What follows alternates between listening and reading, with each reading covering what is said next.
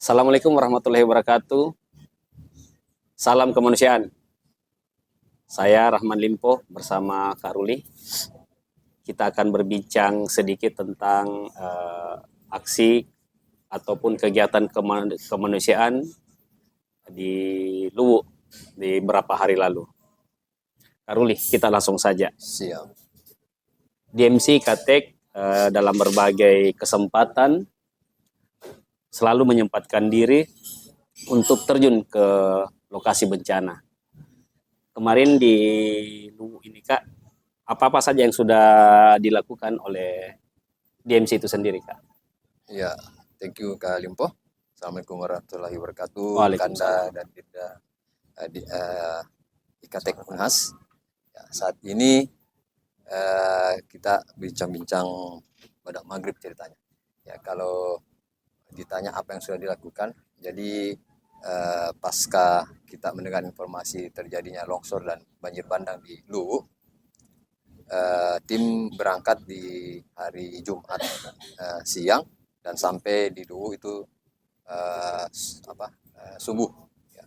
Kita langsung lakukan rapid assessment untuk melihat sejauh mana sebaran dari banjir bandang dan longsor yang terjadi di Luwu, dan ternyata memang cukup masif dan besar, sehingga tim itu memutuskan untuk membagi tiga wilayah kerja: Siwa, Suli, dan Belopa.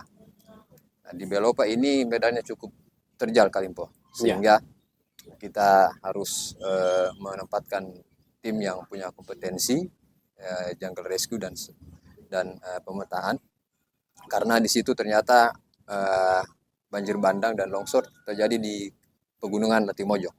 Jadi di awal kita lakukan kegiatan rapid assessment, kemudian kita lakukan pendistribusian logistik, ya, makanan siap saji dan lain sebagainya, dan air bersih. Kemudian di fase tanggap darurat ini kita aktivasi dapur umum. Nah, itu. Jadi untuk fase tanggap darurat itu yang kita sudah lakukan. Jadi tiba di lokasi di hari Jumat itu langsung ya. Kemudian ini Kak, dari tim DMC Katek Unhas itu sendiri, siapa lagi yang bersama kita di waktu kegiatan kemarin Kak? Ya, mulai dari fase tanggap darurat itu keberangkatan kita membuat tim reaksi cepat gabungan, ya, beranggotan TRC DMC Katek Unhas, kemudian Mapalas Tiba, dan Wahda Peduli. Kemudian setelah 4 hari fase tanggap darurat, bergabung tim Komando Jeep Community. Komando Jeep Community. Oh, ya. Siap. Oke. Jadi Kak, sekarang pasca kurang lebih sepekan 11 hari lah. 11 hari ini, untuk kondisi mereka sekarang, apa yang mereka sangat butuhkan di sana ini Kak? Ya. Untuk saat ini karena itu tadi kita bagi berdasarkan damage-nya, ya, tingkat kerusakannya, itu kan terbagi dua, daerah perkotaan, kemudian daerah perbatasan dan pegunungan. Untuk perkotaan ini sudah mulai kondusif sebenarnya, orang-orang sudah mulai beraktivitas, rumah mungkin sudah 85% sampai 90% itu bersih, kecuali yang rusak parah. Sehingga kebutuhan mereka di situ sudah tidak sama lagi dengan kebutuhan yang di daerah pegunungan. Rata-rata kebutuhan mereka saat ini adalah higien kit dan Al-Quran. Ya, permintaan Al-Quran itu cukup banyak karena memang rata-rata barang-barang yang diselamatkan itu hanya barang elektronik, barang-barang yang dokumen-dokumen itu tidak sempat diselamatkan. Sehingga kalau untuk masyarakat pegunungan yang dampak banjir bandang dan longsor itu, karena masih mencekam, pergerakan tanah masih terus terjadi, masih labil, kebutuhan mereka itu karena masih terisolir Kalimpo. Jadi beberapa titik desa itu belum bisa diakses dengan kendaraan roda 4. Hanya masih kendaraan roda 2, itu pun motor trail. Yang sampai yang kemarin di desa apa itu Kak? Yang di Desa Pajang. Desa Pajang, Ya. Sampai di situ saja. Sampai di situ. Kemudian Di bagian untuk atas bagian atas sampai di rantai bala. rantai bala itu hanya bisa diakses oleh kendaraan roda 2 motor trail. Ya. Ya. Trail. Jadi kemudian nih Kak, kira-kira berapa lama ini untuk proses di daerah pegunungan ini untuk sampai kondisi 60% lah Ya. untuk kegiatan kemanusiaan kita ini seperti apa? Untuk daerah pegunungan memang karena masif sekali kerusakannya, jadi untuk mencapai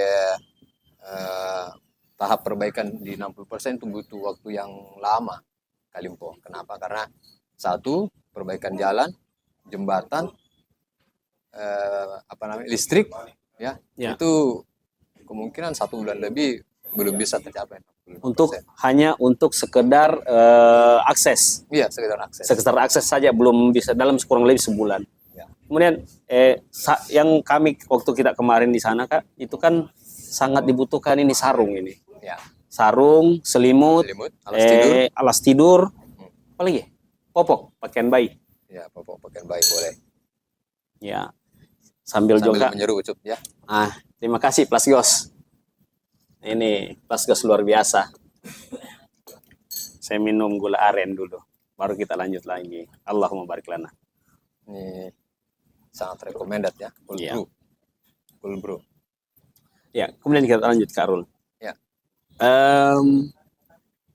Untuk posko ataupun tempat-tempat untuk penyaluran bantuan ini khususnya sarung, selimut tadi, kemudian hygien kit. Ya, hygien kit ini perlu disampaikan dulu apa itu hygien kit. Ya, jadi hygien kit itu berisi alat-alat kebersihan pribadi maupun keluarga ya.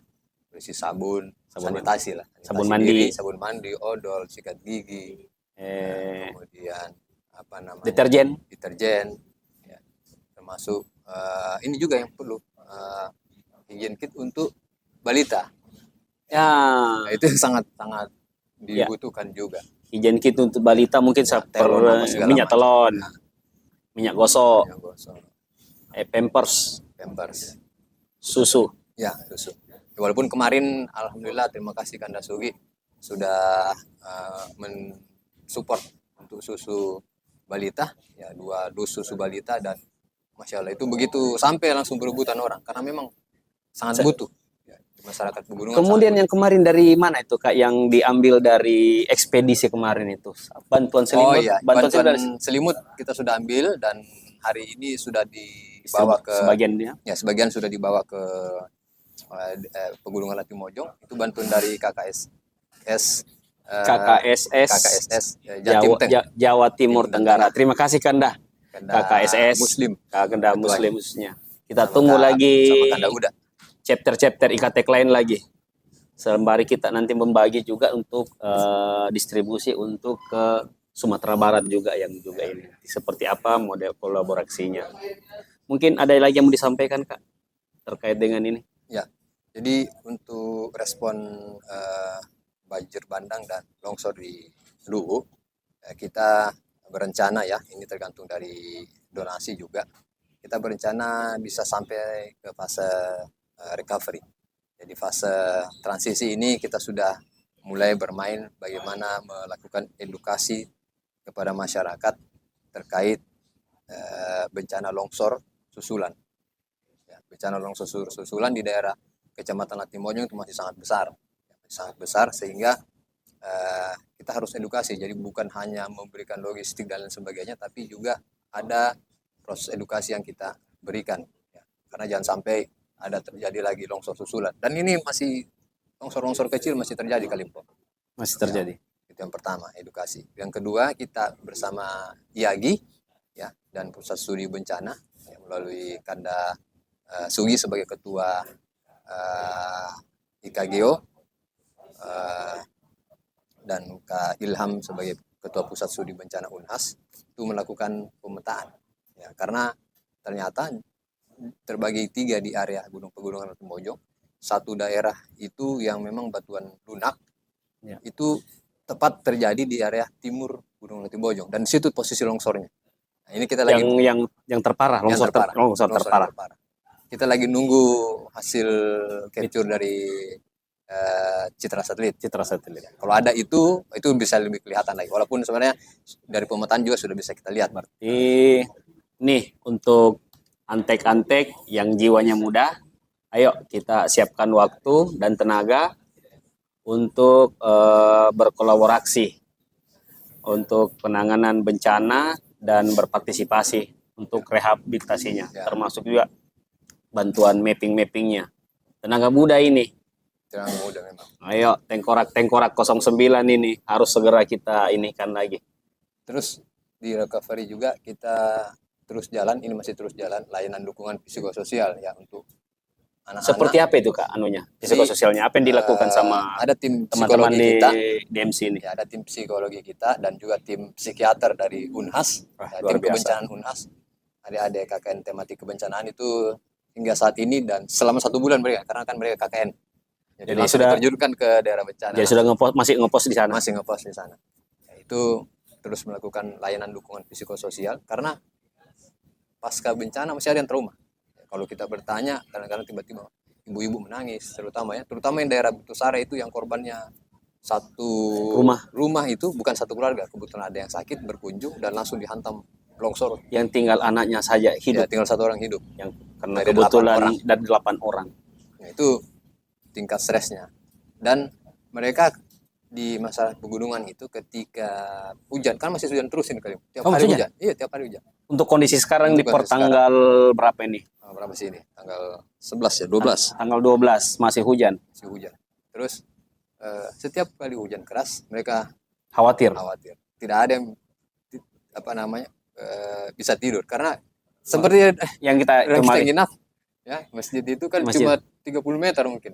Itu sudah longsor besar. longsor besar. Ya, Berarti ada lagi kondisi. Kak sebelum kita tutup yang terakhir Dan mungkin. terakhir mungkin di pasar recovery kita akan lakukan program pengadaan air bersih. Beberapa daerah itu memang sumur hancur, terendam, baik lumpur maupun batu-batu, sehingga kita harus cari mata air lain.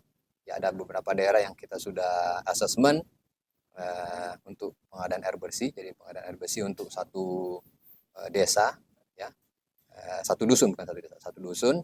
Itu ada 2 dusun yang kita sudah asesmen dan kalau ada support dari Kak Kanda dan Dinda Ikatek itu kita bisa jadikan desa desa respon 09 mungkin atau desa teknik atau Ya, oke. Terima kasih Kak Ruli. Siap. Jadi demikian pemirsa di seluruh Indonesia, seluruh dunia, khususnya Antek-Antek 09. Kemudian tak lupa terima kasih banyak terhadap bantuan donasi dari kanda-kanda semua yang tidak bisa kami sebutkan satu persatu. Doakan kami, mari kita sama-sama berdoa semua agar kita bisa terlepas dari bencana ini dengan kondisi yang baik. Demikian, sampai jumpa di lain kesempatan. Salam kemanusiaan. Teknik mantap mentong. Thank you. Assalamualaikum warahmatullahi wabarakatuh. Waalaikumsalam warahmatullahi wabarakatuh.